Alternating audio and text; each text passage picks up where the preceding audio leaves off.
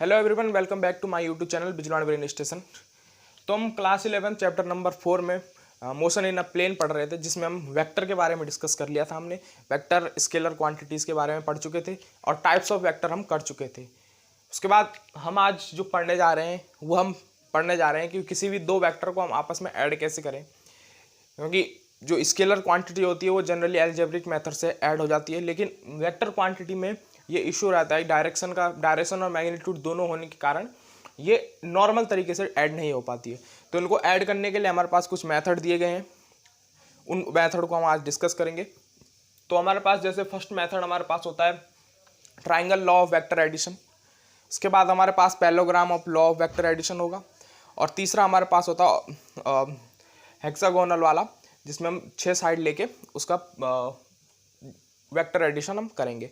तो चलिए आज का ये लेक्चर शुरू करते हैं, जिसमें हम triangle law of vector addition के बारे में पढ़ेंगे और उसके बारे में डिटेल में समझेंगे। तो चलिए शुरू करते हैं हमारा आज का lecture.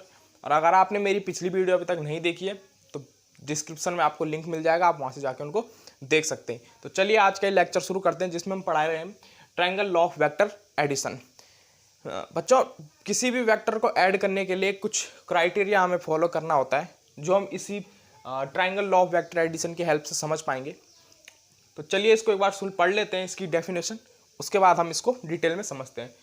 If two vector can be represent both in magnitude and direction by the two side of a triangle taken in a same order. यहाँ पे ये कह रहा है कि मान लो कि यदि हम दो वेक्टर को हम ले लें और जो वेक्टर क्या रिप्रेजेंट कर रहे हो, both magnitude and direction. Vector जो भी होंगे वो उनके पास मैग्नीट्यूड और डायरेक्शन होना ऑब्वियस बात है। तो यहाँ पे लिखा हुआ है कि जब जो वेक्टर हम ले रहे हैं उनके पास मैग्नीट्यूड एंड डायरेक्शन हो, बोथ के पास, by the two side of the triangle, और वो रिप्रेजेंट क्या कर रहे हो, किसी ट्राइंगल की दो साइड को रिप्रेजेंट कर रहे हो in a same order. Same order का मतलब मैं आपको समझाता हूँ एक बार बना के। मान लो हमने दो वेक्टर लिए, हमारे पास एक वेक्टर हमने ये लिया जिसे हमने ए वेक्टर नाम दिया, और एक वेक्टर हमने ये लिया बी वेक्टर, इसको हमने नाम बी वेक्टर दिया। ठीक है, इनकी डायरेक्शन और मैग्नीट्यूड दोनों इनके पास है। डायरेक्शन अलग अलग है लेकिन मैग्नीट्यूड और डायरेक्शन दोनों के पास है।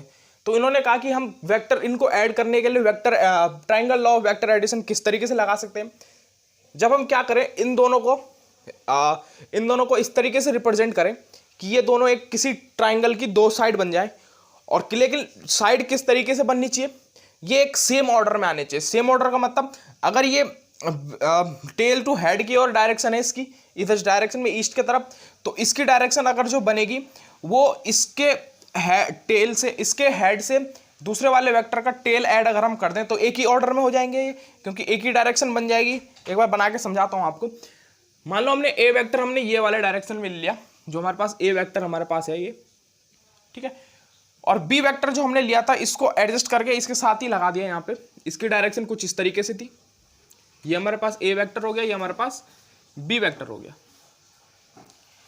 तो हम देखेंगे कि वेक्टर का ऑर्डर तो सेम है, वेक्टर का ऑर्डर सेम है, ऑर्डर सेम है, कहीं पे ब्रेक डाउन नहीं है ऑर्डर का, यानी अपोजिट ऑर्डर नहीं है। ये नहीं है कि हमने जो ये वेक्टर ए लिया, ये इस डायरेक्शन में लिया, इसको हम इस डायरेक्शन इस तरीके से लगा दें कि अपोजिट ऑर्डर इसका कर दें, क्योंकि डायरेक्शन ऑफ ऑर्डर ये हो गया तो ये अपोजिट ऑर्डर आएगा, फिर ये लॉ यहाँ पे एप्लीकेबल नहीं हो पाएगा, है ना। तो हमें इस तरीके से इनको अरेंजमेंट करना है इनका, कि ये इनका ऑर्डर क्या हो, ऑर्डर चेंज ना हो, ऑर्डर इनका एक इन दोनों साइड का ऑर्डर, इन दोनों वेक्टर का ऑर्डर ट्राइंगल के साइड के तरीके से बने, ऑर्डर सेम रहना चाहिए। तो ऑर्डर किस तरीके से, एक वेक्टर हमने ये ले लिया, ये हमारा फर्स्ट वेक्टर हो गया ए वेक्टर, और इसी के साथ एक दूसरा वेक्टर जो हमारे पास बी वेक्टर हमने लिया है वो यहाँ पे हम एडजस्ट कर देते हैं। ये हमारे पास जो हमारा सेकंड वेक्टर हो गया बी वेक्टर, ठीक है। तो इनका ऑर्डर क्या होना चाहिए, सेम होना चाहिए। तो यही लिखा हुआ है, if two vector can be represent both in magnitude and direction by the two side of the triangle taken in the same order. यहाँ पे लिखा है सेम ऑर्डर, यानी ऑर्डर उनका सेम होना चाहिए, क्योंकि सेम ऑर्डर हम जा रहे हैं। ए वेक्टर इस डायरेक्शन में जा रहा है जिसमें हेड इसका हेड इधर है और टेल इधर है, वैसे ये भी वेक्टर इस वेक्टर बी जा रहा है, इसका हेड इधर के लिए है, तो ऑर्डर इनका सेम है। तो यहाँ पे आगे पढ़ेंगे, then the resultant is the represent completely both in magnitude and direction by the third side of the triangle taken in opposite order. इन्होंने कहा कि भाई जो रिजल्टेंट बनेगा, रिजल्टेंट यानी इन दोनों का जो एडिशन जो हम इसको करेंगे, यानी इन दोनों का जो रिजल्ट बन के आएगा, यानी जो सॉल्यूशन निकल के आएगा वो क्या होगा, वो भी एक वेक्टर ही होगा, और वो वेक्टर वो भी मैग्नीट्यूड एंड डायरेक्शन रिप्रेजेंट करेगा। साथ में वो क्या होगा, ट्रायंगल की तीसरी साइड होगी, लेकिन होगी क्या, अपोजिट ऑर्डर में होगी। होगी क्या, अपोजिट ऑर्डर में। अपोजिट ऑर्डर कैसा हो गया, देखो अगर हम इसको इस तरीके से कर देते कि ये ऑर्डर जा रहा है, ये ऑर्डर जा रहा है, तीसरी साइड हम क्या बना सकते थे, सेम ऑर्डर की तरीके से। तीसरी साइड हम ऑर्डर की, सेम ऑर्डर की ये बना सकते थे, ये लगा सकते थे, क्योंकि अब तीनों एक ही ऑर्डर हो गया। सब हर एक वेक्टर के टेल से उनका हेड जुड़ रहा है, हर एक वेक्टर का हेड उन किसी अनदर वेक्टर के टेल से जुड़ रहा है। देखो यहाँ पे ए वेक्टर लिया, इस वेक्टर का हेड इस बी वेक्टर के टेल से जुड़ रहा है, फिर बी वेक्टर का हेड इस जो अनदर रिजल्टेंट वेक्टर है उसके हेड से टेल से जुड़ रहा है, और फिर रिजल्टेंट वेक्टर का हेड ए के टेल से जुड़ रहा है। तो यानी यहाँ पे ये ऑर्डर क्या कर रहा है, फॉलो कर रहा है, ऑर्डर फॉलो कर रहा है। तो ये हमारा यहाँ पे क्या हो जाएगा, ये वाला लॉ एप्लीकेबल नहीं होगा। हमें किस तरीके से अप्लाई करना है, हमें ये बताया गया है कि जो पहले दो वेक्टर हमने लिए, ए वेक्टर और बी वेक्टर, ये क्या होने चाहिए, सेम ऑर्डर में होने चाहिए। तो ये हमने ए वेक्टर ये ले लिया था, ए वेक्टर, और बी वेक्टर हमने क्या लिया, ये हमने बी वेक्टर ले लिया। तो ये दोनों तो सेम ऑर्डर में हो गए, लेकिन जो सी वेक्टर, जो हम रिजल्टेंट वेक्टर या सी वेक्टर इसे कह सकते हैं, रिजल्टेंट वेक्टर जो होगा वो क्या होगा, थर्ड साइड ऑफ ट्राइंगल होगा। साथ में वो क्या होगा, अपोजिट ऑर्डर में होगा। अपोजिट ऑर्डर यानी जो ए का टेल होगा उसको, ए के टेल से वो शुरू होगा और बी के हेड पे वो खत्म होगा। तो यानी जो रिजल्टेंट वेक्टर होगा वो कुछ ये होगा। अभी अपोजिट ऑर्डर में होगा, यहां से ए से बी तक गया, फिर बी से ए और बी से बी गया, फिर यहां से बी जो हेड दोनों का मीटिंग यहाँ पॉइंट क्या है, हेड है। यानी रिजल्टेंट वेक्टर जो सेकंड वेक्टर है उसका हेड से ज्वाइन होगा, और जो फर्स्ट वाला वेक्टर है उसके टेल से ज्वाइन होगा। तो ये रिजल्टेंट वेक्टर होगा, इसे हम आर से रिप्रेजेंट करते हैं। तो आर इक्वल टू हमारे पास क्या हो गया, A vector plus B vector. तो ये हमारे पास हमारा triangle law of vector addition हमने बताया। तो यहाँ पे क्या था, if two vector can be represent both in a magnitude and the direction by the two side of the triangle taken in the same order, then their resultant is represent completely both in the magnitude and direction by the third side of the triangle taken in the opposite order। तो ये opposite order में हमने देख लिया है कि opposite order में बन रहा है। तो ये हमारे पास ट्राइंगल लॉ की डेफिनेशन थी। अब हम इसका एनालिटिकल मेथड समझेंगे एक बार, एनालिटिक तरीके से इसको किस तरीके से हम समझ सकते हैं कि triangle law of vector addition को। तो मैं एक बार इसे रब करता हूं, फिर हम आगे बढ़ते हैं। तो मैंने वो रब करके अब यहाँ पे हम एनालिटिकल मेथड समझेंगे वेक्टर एडिशन का। तो सपोज हम यहाँ पे कर लेते हैं, late a vector, let a two vector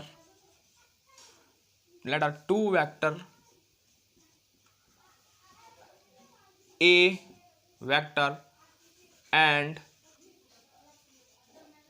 B vector represent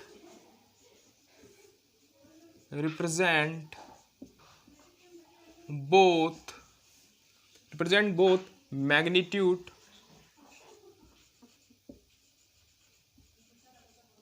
magnitude and direction। Magnitude represent, यहाँ पे हमने लिखा let a two vector A vector and B vector represent both magnitude and direction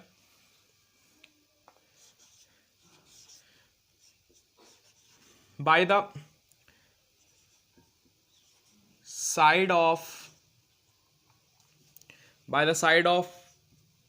AB and by the side of AB and BC, by the side of AB and BC of triangle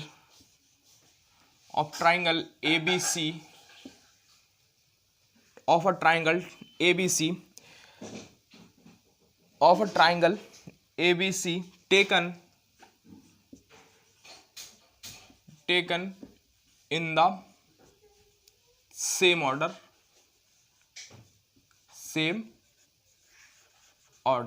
हमने यहाँ पे क्या let किया, let a two vector A vector and B vector represent both magnitude and direction by the side of A B and B C of a triangle A B C taken in a same order. तो यहाँ पे हमने बस कुछ late नहीं किया, यहाँ पे दो वेक्टर लेट किए जो किसी ट्राइंगल की ए बी और बी सी साइड का सी साइड के हैं और वो मैग्नीट्यूड एंड डायरेक्शन रिप्रेजेंट कर रहे हैं और उनको एक सेम ऑर्डर में हमने किया है। Then the resultant then according to triangle law of vector addition, triangle law of vector addition,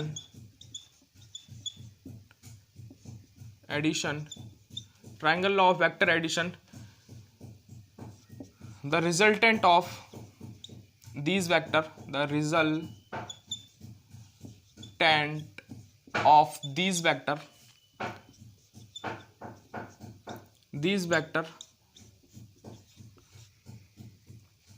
the resultant of these vector represent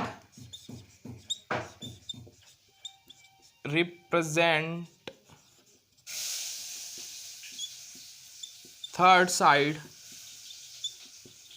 of a triangle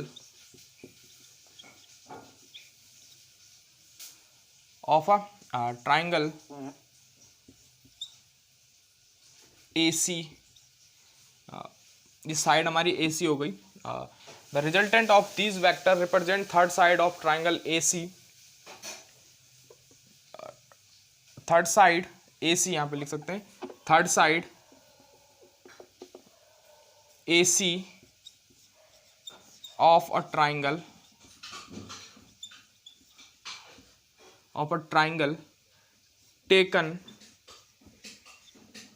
taken in a opposite direction,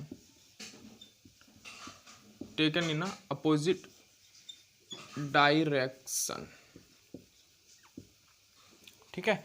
तो ये हमने late कर लिया क्योंकि ये late वही definition को हम थोड़ा लेट तरीके से हमने लिख दिया है अपने कंज्यूम करके, कि जो हमने डेफिनेशन पीछे लिखी थी वेक्टर एडिशन की उसी को हमने थोड़ा सा अलग तरीके से लिख के यहाँ पे रिप्रेजेंट कर दिया है।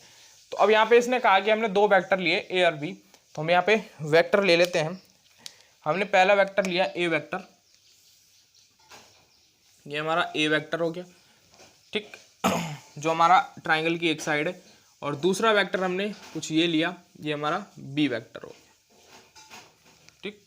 तो फिर हमने सेम तरीके से क्या कहा कि रिजल्टेंट इसका अपोजिट ऑर्डर में बनेगा, ये हमारा इसका रिजल्टेंट हो गया, ठीक है ना।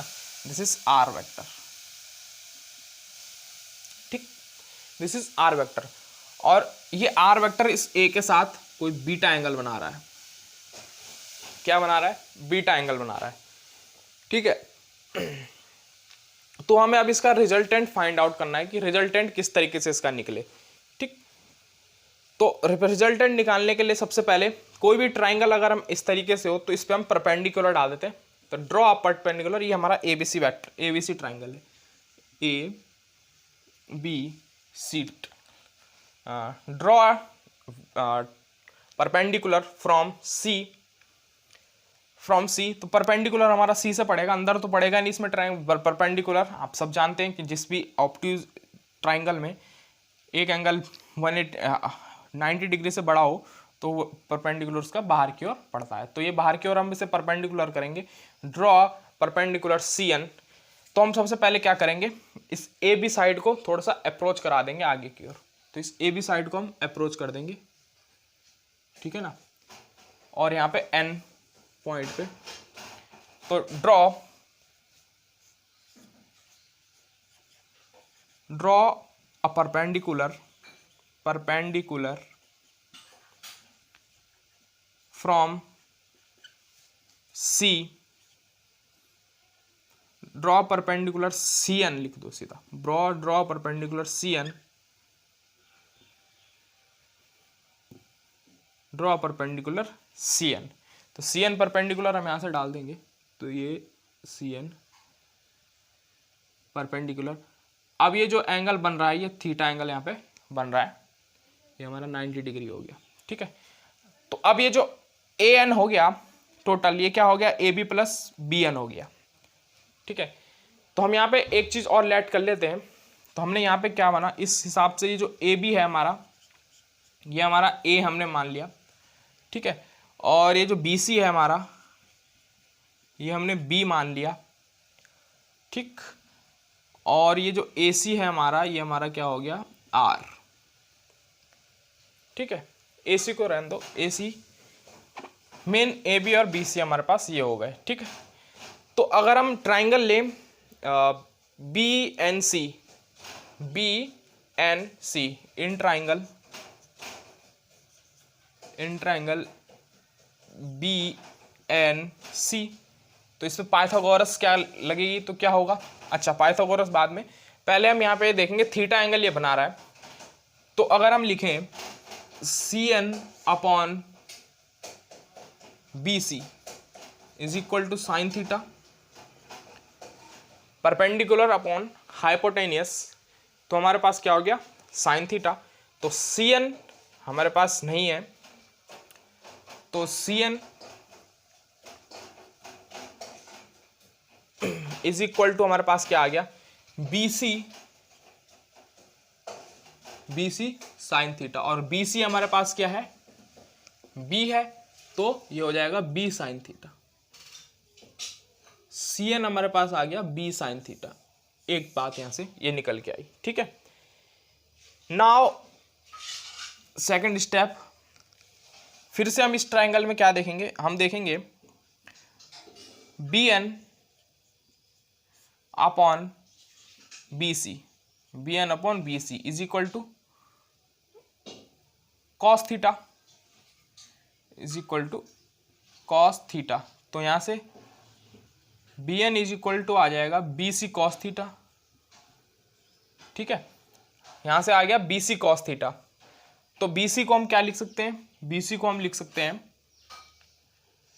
हाँ बी सी को हम क्या लिख सकते हैं, बी, और ये हो जाएगा कॉस थीटा। तो जो बी एन हमारे पास आ गया वो आ गया बी कॉस थीटा।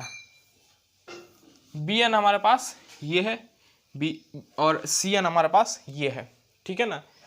तो जो हमारा ए एन हो गया वो क्या हो गया, ए एन जो हमारा है वो क्या है, A N is equal to है हमारे पास A B plus B N. तो ए बी हमारे पास ए है, क्योंकि हमने अभी यहाँ पे यही लेट करा है, यहाँ पे A B equal to B A और B C equal to B. तो ए प्लस बी एन हमारे पास हो गया बी कॉस थीटा,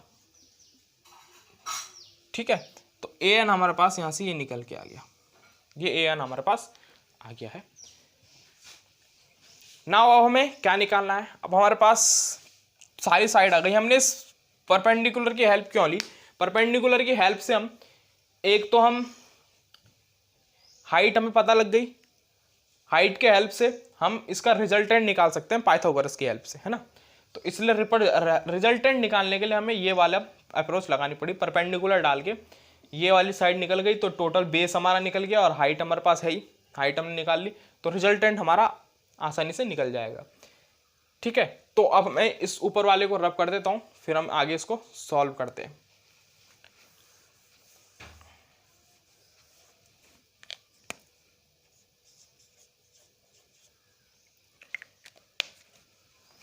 तो यहाँ तक हम इसे कर चुके हैं, अब हम इसे रब करके आगे का स्टेप हम इसे फॉलो करते हैं कि किस तरीके से हम इसका रिजल्टेंट फाइंड आउट कर सकते हैं, ठीक है। तो यहाँ तक हम इसे कर चुके हैं। अब इसके बाद इस स्टेप को हम यहाँ पे देखेंगे, इसको एक डब्बे में बंद कर लेते हैं, ठीक है।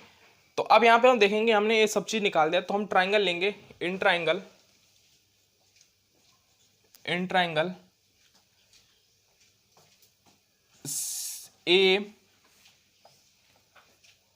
A N C. तो in triangle A N C Pythagoras लगाएंगे, तो हमारे पास क्या हो गया, ए सी का square is equal to C N का स्क्वायर प्लस ए एन का स्क्वायर। नाउ सी एन हम अभी निकाल चुके हैं, हमारा आया B sine theta, B sine theta का whole square plus A N हमारे पास आया A plus B cos theta का होल स्क्वायर। तो यहां से हमारे पास क्या आ गया, B square sine square theta plus A square plus B square cos square theta plus 2ab cos theta, 2ab cos theta. यहाँ तक ये आ गया। अब इसके बाद हम जानते ही हैं क्या होगा, ए स्क्वायर एक तरफ आ गया, ये बी स्क्वायर इसमें से कॉमन ले लिया हमने, तो हो गया sign square theta plus cos square theta plus 2ab cos theta. I hope आपने ये नीचे वाला नोट कर लिया हो, तो मैं इसे रब कर देता हूँ। तो अब हमारे पास यहाँ से क्या निकल के आ चुका है, दो चीज़ हमारे पास इंपॉर्टेंट आ चुकी है यहाँ से।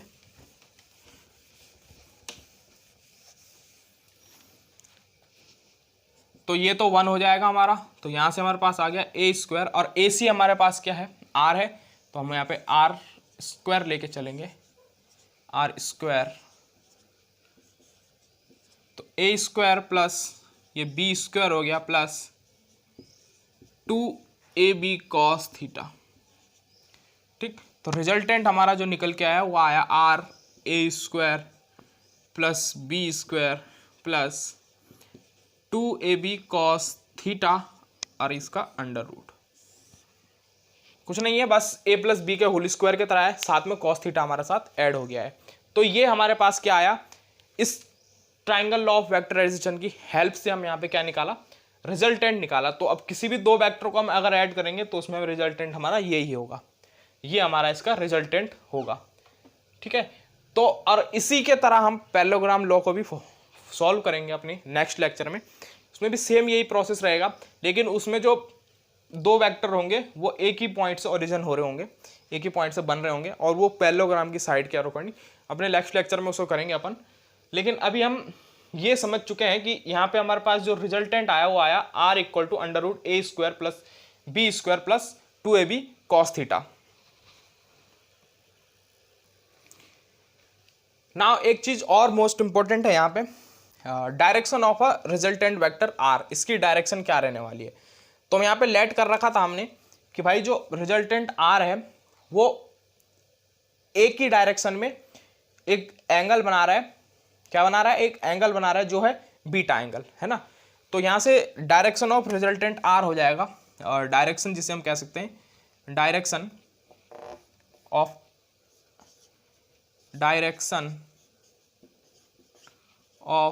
Resultant vector R, resultant vector R. तो यहां से इसका डायरेक्शन क्या हो जाएगा, डायरेक्शन इसका यहां से इन ट्राइंगल हम ए एन सी ट्राइंगल में देखेंगे, इन ट्राइंगल ए एन सी। आप ये जरूर लिखें कि भाई जो रिजल्टेंट वेक्टर आर है वो बीटा एंगल बना रहा है with respect to direction of A vector, इसके ए वेक्टर के साथ बना रहा है। मैं डायरेक्ट यहाँ पर लिख रहा हूँ इन ट्राइंगल ए एन सी। तो टेन बीटा इक्वल टू क्या हो जाएगा हमारे पास, tan beta is equal to हमारे पास होने वाला है N C upon A C, sorry N C upon A N. तो यहाँ से जो फाइनल हमारे पास रिजल्ट आएगा, एन सी हमारे पास क्या हो गया, एन सी हमारे पास आया बी साइन थीटा, और ए एन हमारे पास आया A plus B cos theta, A plus B cos theta. तो टेन बीटा इक्वल टू हमारे पास आ गया B sine theta upon A plus B cos theta. This is the direction of resultant of R vector. ठीक है, तो ये हमने आज पढ़ा triangle law of vector addition में, जिसमें हमने रिजल्टेंट निकाल दिया एनालिटिकल मेथड से कि रिजल्टेंट क्या रहने वाला है, under root A square plus B square plus 2ab cos theta हमारे पास रिजल्टेंट रहने वाला है। और ये हमने डायरेक्शन निकाला B sine theta upon A plus B cos theta. तो आज हमने triangle law of vector addition पढ़ा। मेरे आने वाले नेक्स्ट लेक्चर में हम पैरेललोग्राम लॉ पढ़ेंगे, पैरेललोग्राम ऑफ वेक्टर एडिशन, जिसमें पैरेललोग्राम की हेल्प से वेक्टर एडिशन निकालेंगे और रिजल्टेंट ही निकालेंगे, ठीक है ना। फिर उसके बाद कुछ इंपॉर्टेंट क्वेश्चन करेंगे। तो चलिए मिलते हैं मेरी नेक्स्ट वीडियो में, तब तक के लिए धन्यवाद। और अगर आपको वीडियो अच्छा लगा हो तो लाइक शेयर कमेंट जरूर करें। धन्यवाद।